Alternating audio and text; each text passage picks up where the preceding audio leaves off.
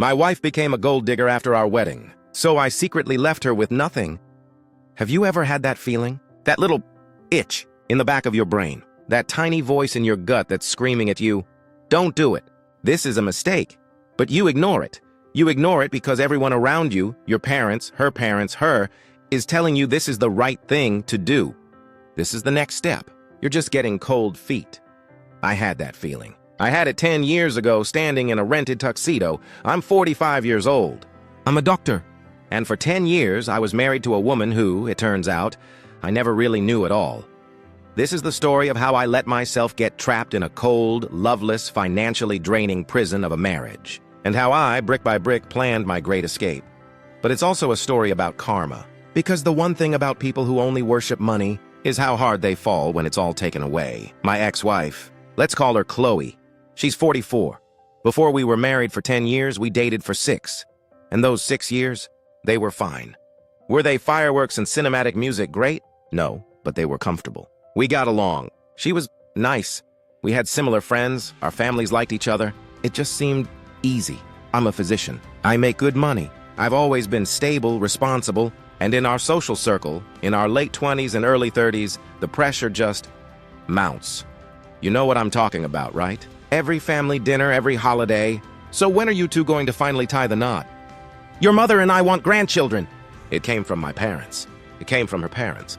And it came from her. She'd sigh when we'd pass a jewelry store. She'd talk about our future and our kids.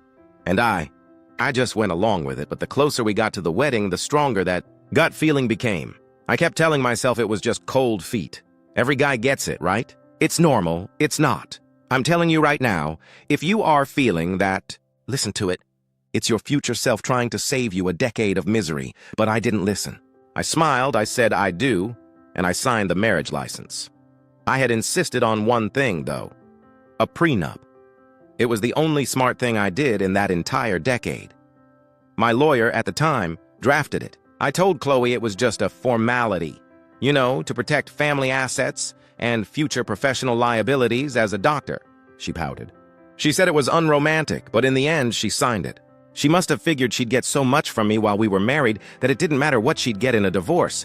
She wasn't wrong. For a while, the ink was not even dry on the marriage license. We went on our honeymoon. I'd booked a very nice 5-star resort in the Caribbean. I was looking forward to just relaxing, decompressing from the wedding, finally being married. We walk into the hotel lobby. It's beautiful. Marble floors, ocean views, and the first words out of her mouth are not "wow" or "this is beautiful" or "thank you, honey." The first words are, "Is this it?" My friend Stephanie stayed at the Four Seasons. This isn't the Four Seasons. You couldn't have booked a nicer place? I was floored. I laughed it off. I said, "Come on, Chloe, this place is amazing."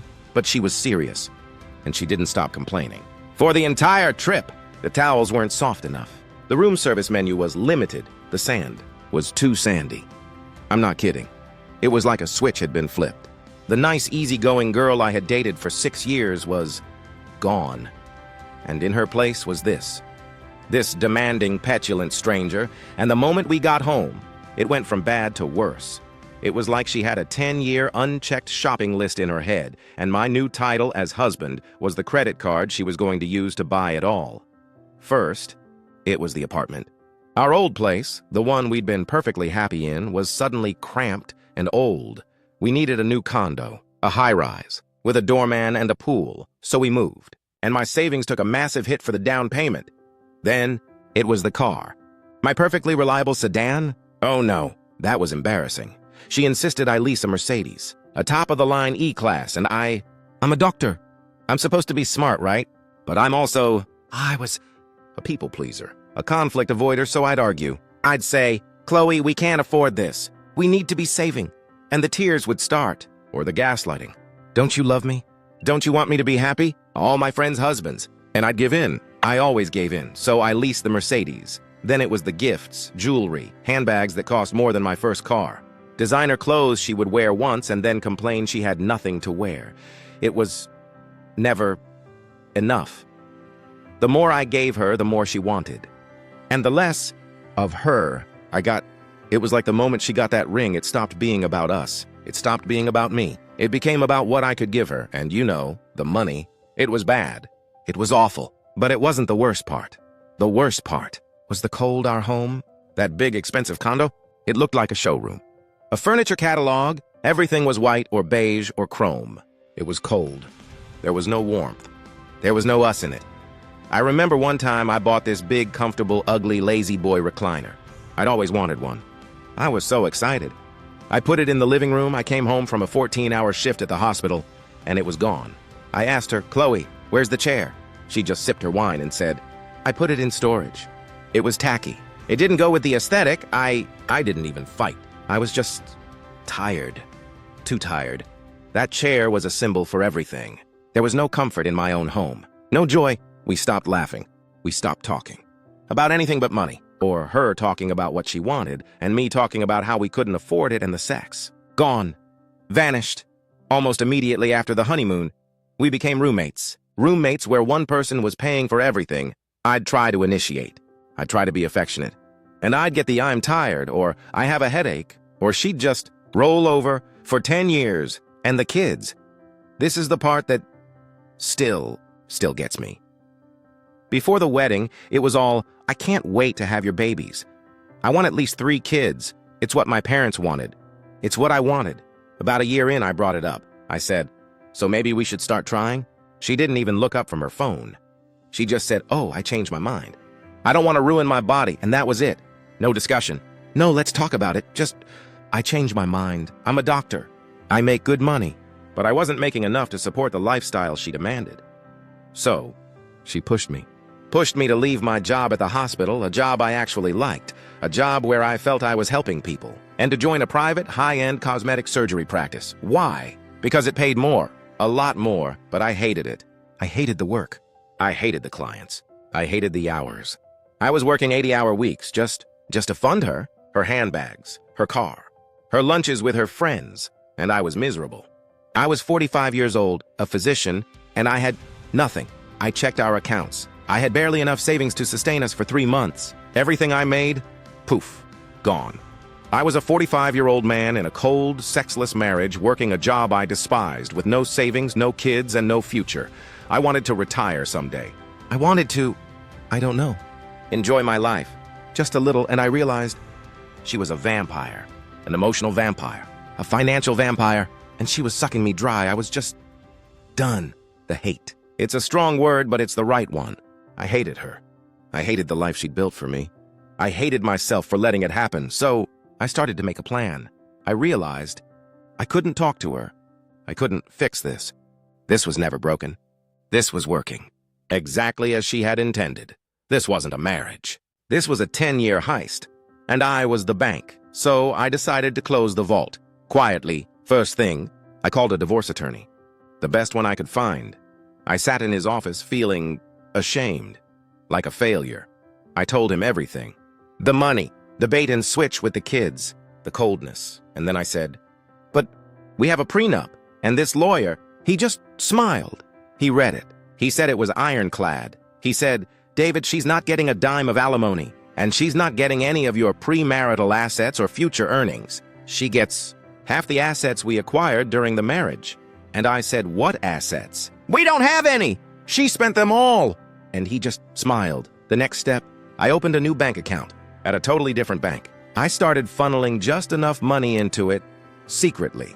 Just enough to get a deposit on a new place.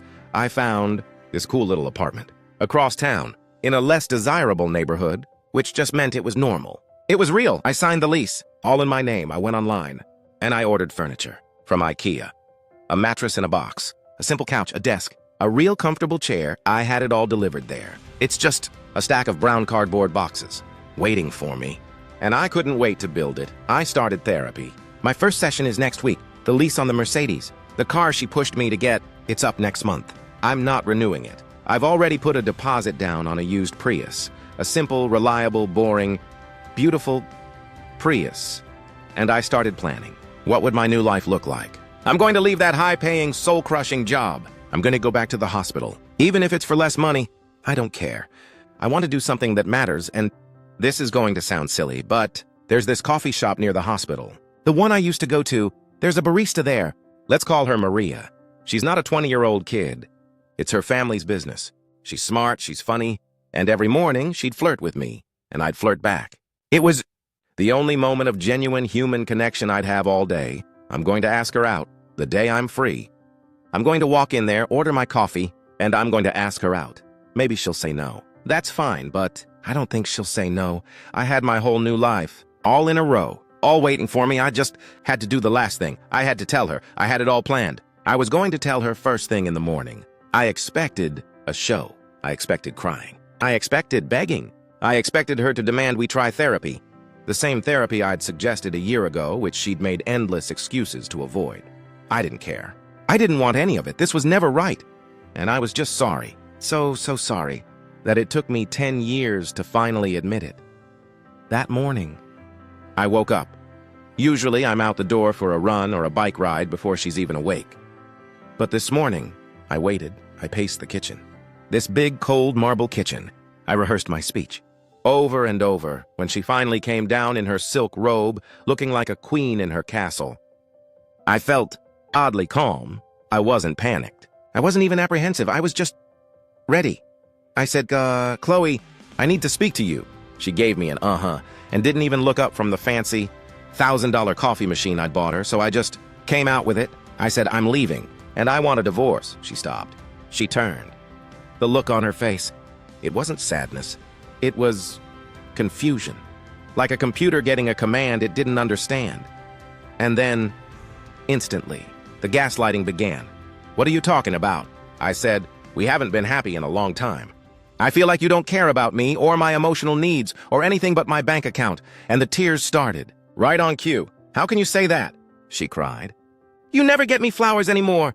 You don't do enough to support me? You don't care if I'm happy. I just stood there, and I felt nothing. I brought up the fact that I'd suggested therapy over a year ago. She'd agreed, and then made excuse after excuse not to go. I brought up the budgets we'd tried to work on, the ones she completely ignored. I told her how it made me feel when she'd dismiss me, when she'd call me tacky for wanting a comfortable chair, when she'd just roll over in bed. The crying just escalated. The begging started. We can make this right. Give me a chance. We'll go to therapy. I'll be better. It went exactly like I thought it would go, and I felt nothing. It was like whatever I once felt for her, whatever tiny, dying ember of that 6-year relationship. It was just dead, gone. She might as well have been a second cousin sobbing about her marriage for all the connection I felt to it. I just got fed up. I was done with the performance, so I just walked out. I grabbed my go bag, walked out the door of that cold marble condo, got in my leased Mercedes one last time, and I drove away. Of course, my phone blew up, calls, texts from her, ranging from, I love you, please come back, to, you'll regret this, you bastard, to, I'm going to take you for everything you have. I just smiled at that last one. Then the calls started from her mother. And from my mother, I spoke to my mom. I calmly explained. Mom, I'm sorry you had to hear it this way. But she was sucking me dry, financially and emotionally. I couldn't do it anymore. And my mom, she was surprisingly supportive. She just said, David, it took you long enough. I'm in my new apartment now. I unrolled the mattress in a box. I went to Walmart and bought sheets. I ate Thai takeout for dinner. Sitting on the cardboard box, my chair came in, and I watched Netflix on my laptop. I have everything I need. My lawyer served her the papers the next day, and I've just been waiting for the sadness to set in, waiting for the grief. The regret. It hasn't. I feel light. I feel like 1,000 pounds have been lifted off my shoulders. My future. It's finally mine, but my story doesn't end there. Because leaving, that was just for my survival. The karma came for her. Chloe, as you can imagine, did not take this well. When she got the divorce papers and her new high-priced lawyer read our prenup, she went ballistic. She did try to take me for everything. She contested the prenup. She claimed she'd signed it under duress. She claimed she was owed alimony for emotional distress and sacrificing her career. A career she never had. We ended up in court, and I was terrified. But my lawyer? He was gleaming. He presented everything. He showed the judge my bank statements. 10 years of them. 10 years of my salary going into one account. And vanishing, he showed them the receipts. The handbags. The jewelry. The vacations she took. With her friends, on my dime. He showed them the lease for the Mercedes. He showed them the mortgage on the condo she picked, and then Chloe's own lawyer fired her. In the middle of the proceedings, he stood up and told the judge he was recusing himself because his client was lying to him and had no reasonable path to victory. The judge just threw it out. The prenup was ironclad. She was entitled to half of the assets acquired during the marriage, which, after the debt she'd racked up was accounted for, was nothing. She got nothing. No alimony, no condo, no car. She was ordered to vacate the apartment. She had to sell all of it. She had to sell the designer handbags. She had to sell the jewelry.